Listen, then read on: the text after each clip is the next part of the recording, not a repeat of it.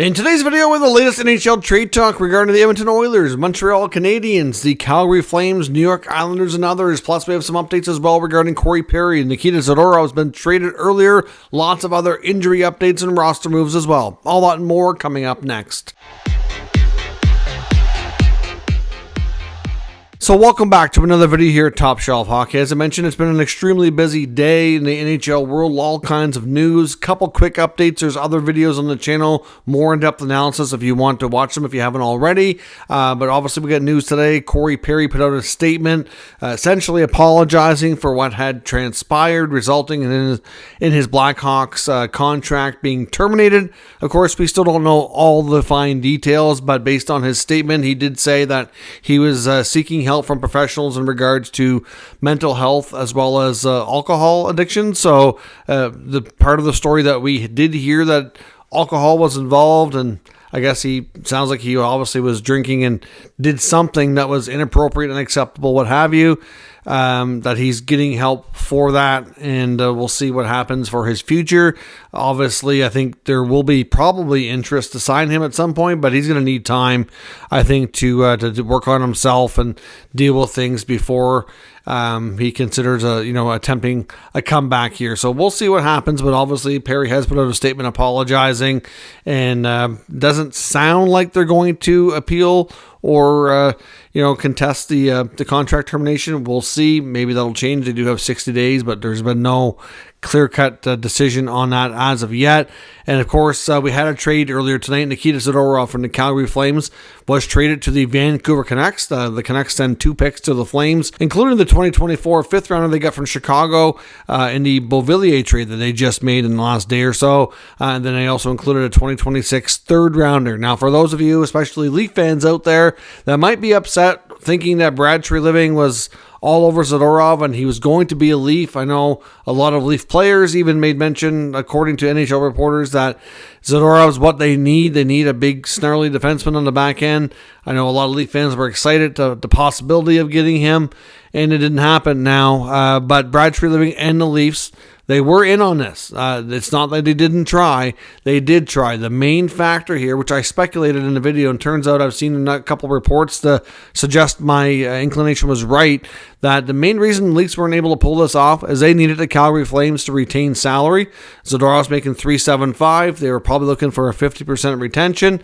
The Flames didn't really want to do that, and after Vancouver shedded enough salary trading Anthony Beauvillier, they didn't need them to, so they took the full salary cap hit and sent 2 picks. So for the Flames, they've seen that as a better deal rather than retain. You got to look at the big picture here for Calgary. They've got a number of players that they may need to trade before the deadline, including Zadorov and then Tanev and possibly Lindholm, and there's others too. They may need other slots where they can retain salary, because you're only allowed to retain so much on so many players. It kind of limits you a little bit. So to me, they were looking to move this player with no retention if possible, and the Canucks were able to make that happen. We knew that the Canucks were looking for help on the blue line after they moved Beauvillier, that's where that money was going to go.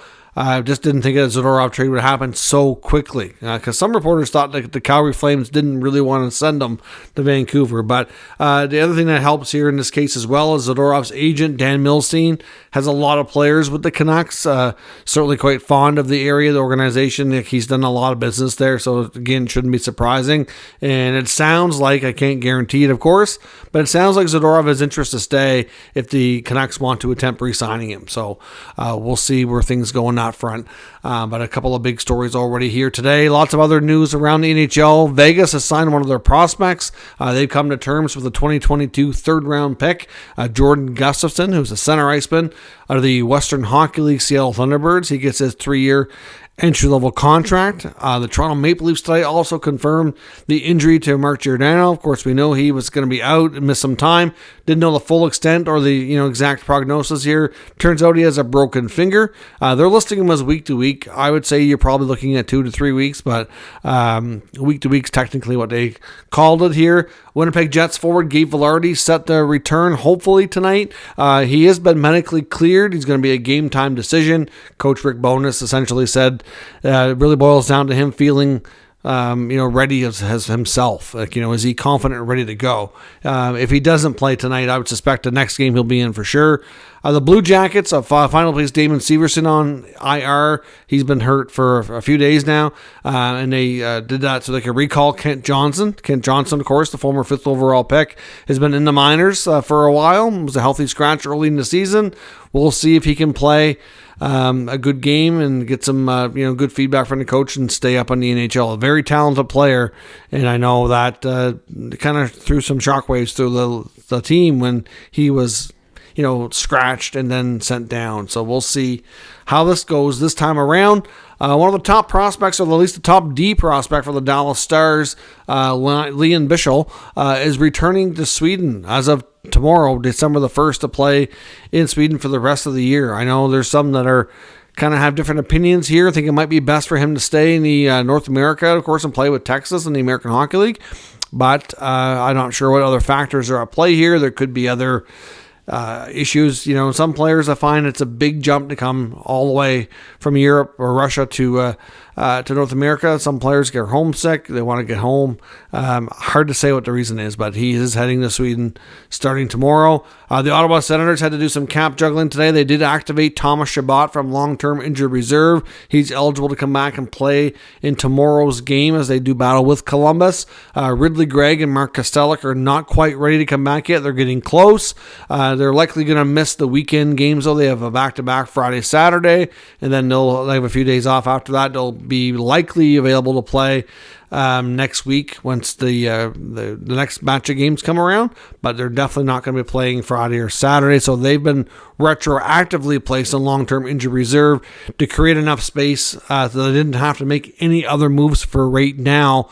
But obviously the main reason they had a bigger roster and more flexibility was because of the Chabot LTIR placement. Now that he's back, they're going to have to likely go to a smaller roster once these guys are ready to roll and healthy.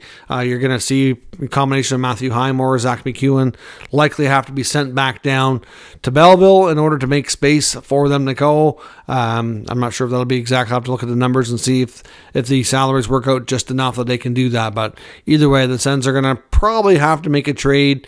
If not right away, they can probably wait a little bit.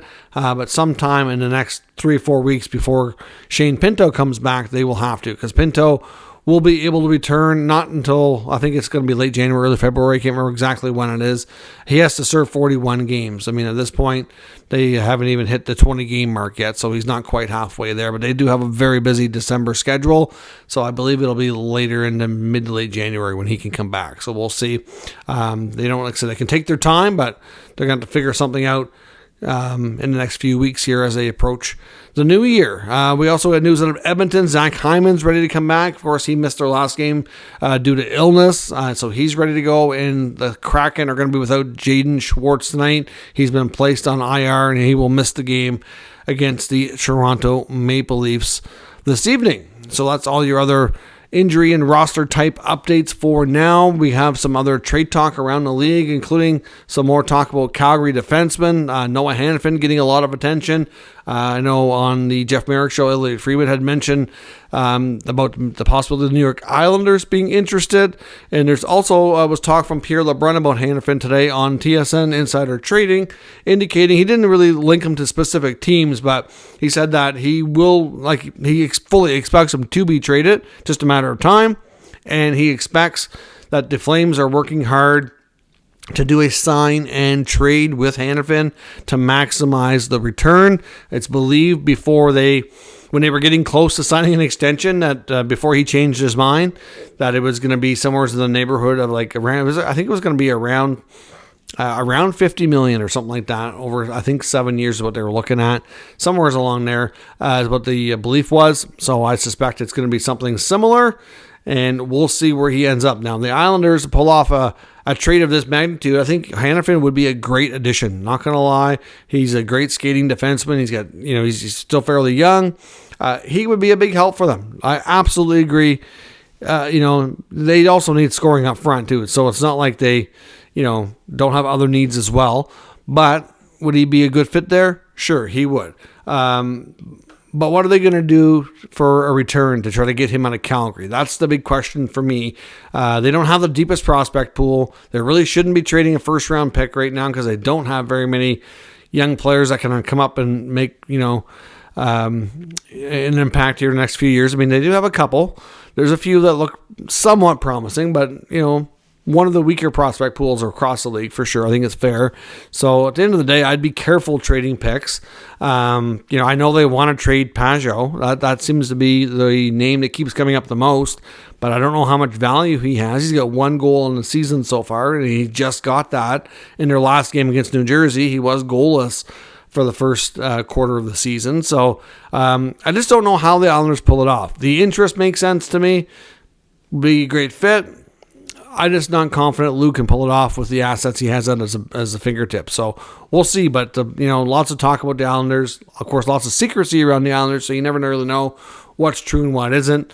But at the same time, I do like the idea, just not sure they can do it. Now, the other thing we want to talk about today as well, which kind of links Edmonton, Columbus, and Montreal. The Edmonton Oilers had several scouts at the game last night between the Jackets and the Habs.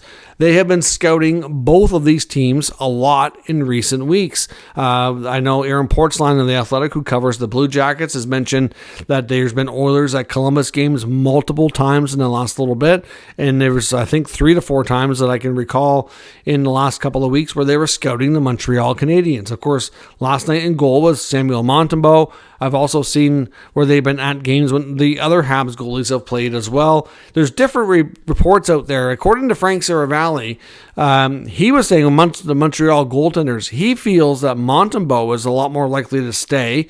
And, Jake Allen would be the more likely guy to go. Maybe Primo, but, not as much.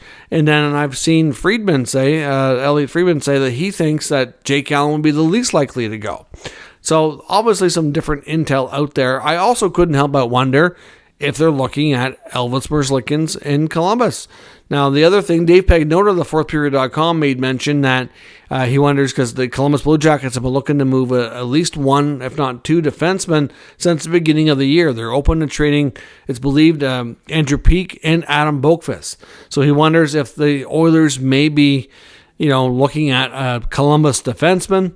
Of course, we know goaltending is a major issue. Skinner's been doing a little bit better as of late, but I do think before they get to a playoff time, assuming the Oilers improve enough here and sustain it to get in, that they're going to be skeptical about their goaltending in the playoffs. I don't know that they're going to go there without it now.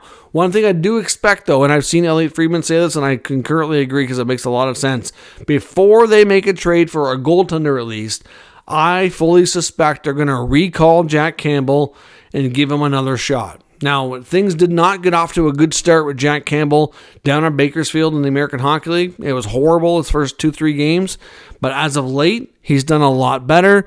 In the last 3 games, he's rocking a .944 save percentage, stopping 102 out of 108 shots. He had a 30-save shutout in there, a 33-save loss, and a 39-save win, including 5 out of 6 shots in the shootout. So his last 3 games, he's done way better. Now, that's not a guarantee he's going to come up and do it at the NHL level. I don't know how long they're going to want to wait. I would suspect a little bit longer for sure, but I would think that once they're confident that Campbell has found his game and has built up enough consistency to warrant another chance, he'll come up and play a couple games. Now, if he bombs early again and it's a disaster right off the get-go, then I suspect we're more likely to see a goaltending trade, and then they're either going to be pushing a little bit harder to acquire, whether it be Montembeault or Allen, or maybe Elvis Merzlikins. I mean, Elvis has not been a name that's been attached to Edmonton so far, so I don't know. I think Columbus probably would be open to trading him if the right deal was there, but it's difficult to say exactly. Now, he comes with some term and some money on his contract, more so than a lot of the other guys. We've also talked about James Reimer and Mackenzie Blackwood being parties for them to look at too. The thing with the Sharks, if the Oilers decide that Campbell's not the answer and they need to try and move the contracts, San Jose can take that deal on where a lot of these other teams cannot.